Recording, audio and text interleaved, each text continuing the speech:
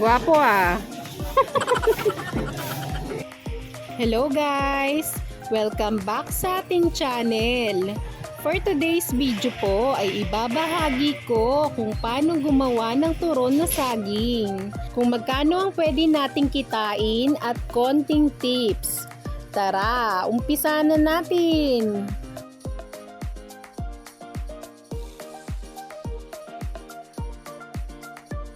Nandito po tayo sa Commonwealth Market at isa ito sa suki ko ng saging. Para po sa kaalaman ninyo, meron po akong 4 na suki. Pero dito ako madalas kumuha ng saging kasi mas malapit siya sa terminal ng tricycle. At saka yun nga, mabait yan si Johnson. Silang dalawang mag-asawa. Nagpapautang yan. Ito naman si Peter. Uy! Yan, maganda yung saging niya na pang turon at saka pang maruya. So, kumukuha din ako sa kanya. Lagi sa 100 lang yung balot. Opo. Balot no? Tali ba? Kaya nadudurog yung ilalim.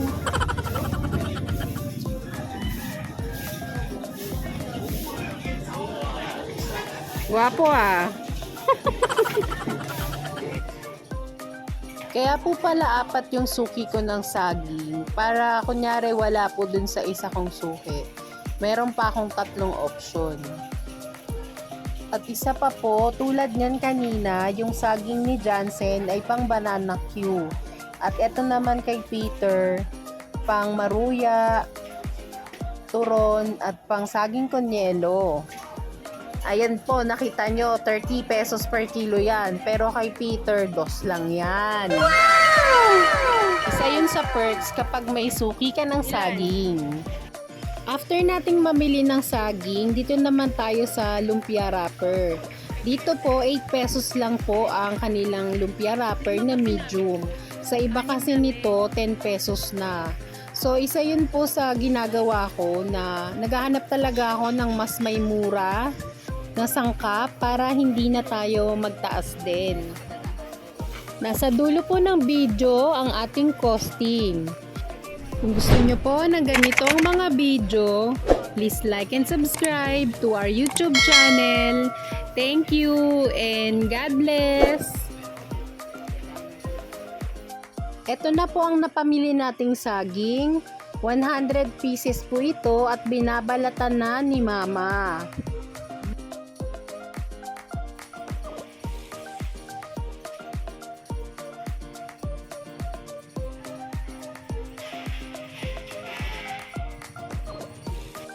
Ito na po, nabalatan na natin ang lahat ng saging na hinog. At ito naman ang 60 pieces na lumpia wrapper na nahiwalay na. Gagamit po tayo ng flour. Kumuha lang po tayo ng 1/2 cup. Tapos po, maglalagay tayo ng konting tubig at hahaluin natin ito. Gagamitin po natin ito na pandikit sa ating turon.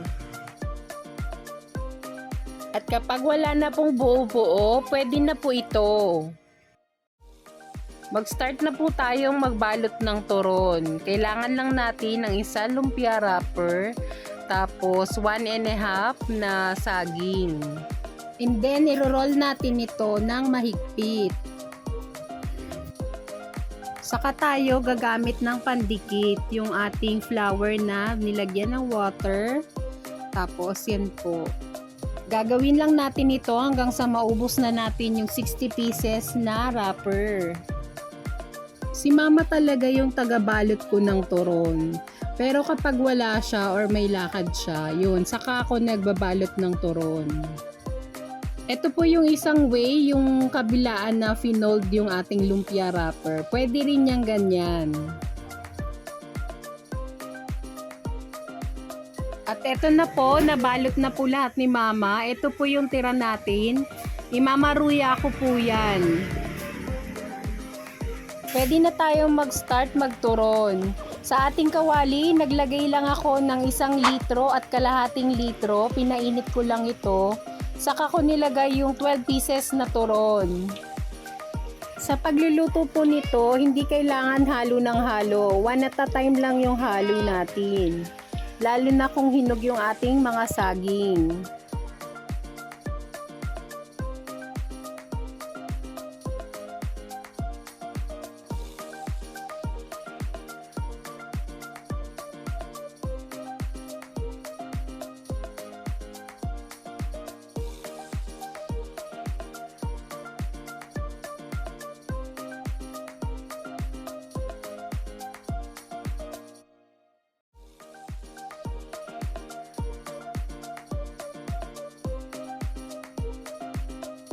Five minutes po natin muna itong i-fried. At after 5 minutes, maglalagay na tayo ng 1/4 cup of light brown sugar. At hahaluin natin ang ating turon para umilalim yung asukal.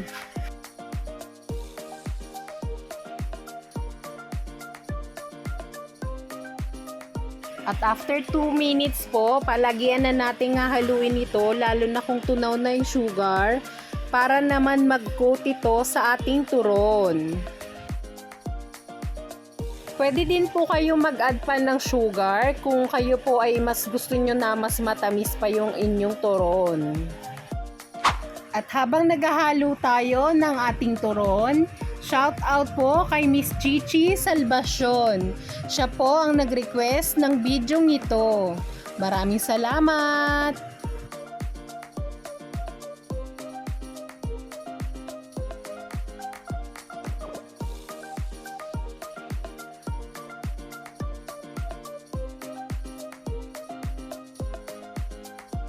Ten to 15 minutes po, luto na ang ating turon.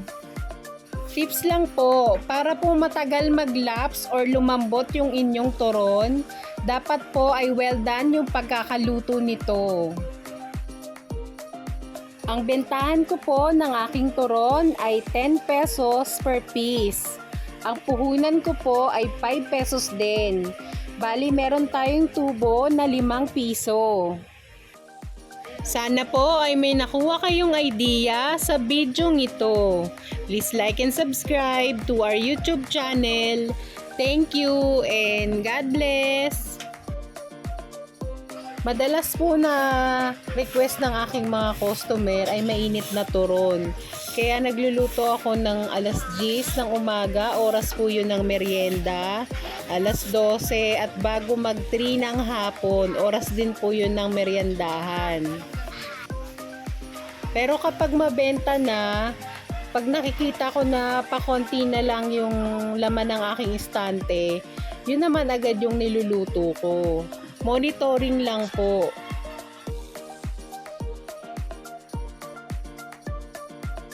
Maraming salamat po sa aking mga suki, sa laging bumibili sa aking tindahan, at syempre po sa aking mga subscriber.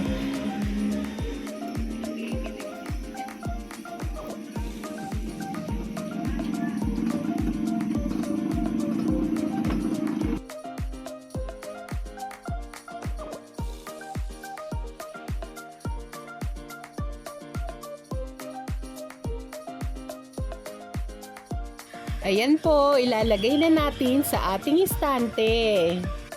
Ito na po ang aking paninda ngayong araw.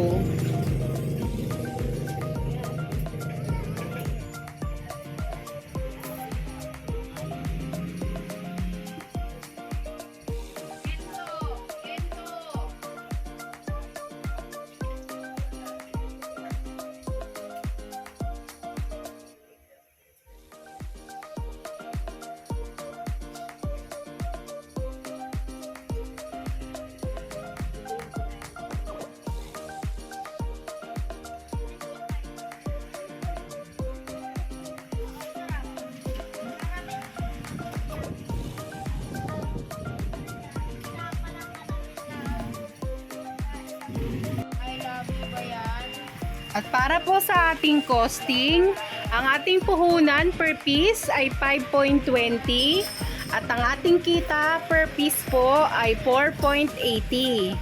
Sa isang araw po, nakakaubos ako ng 60 pieces na turon, kaya meron akong 288 pesos na kita per day. Sa totoong buhay po, hindi araw-araw na ubos yung aking paninda. Meron talagang araw na matumal. Pero more on talaga mabenta. Kaya po, tiyagaan lang talaga sa pagninegosyo. Plus, since may 4 akong anak, nakakalibre na kami sa merienda. Saan ka na? Saan ka na? Ay na pa ako nag-aantay sa'yo. Thank you for watching!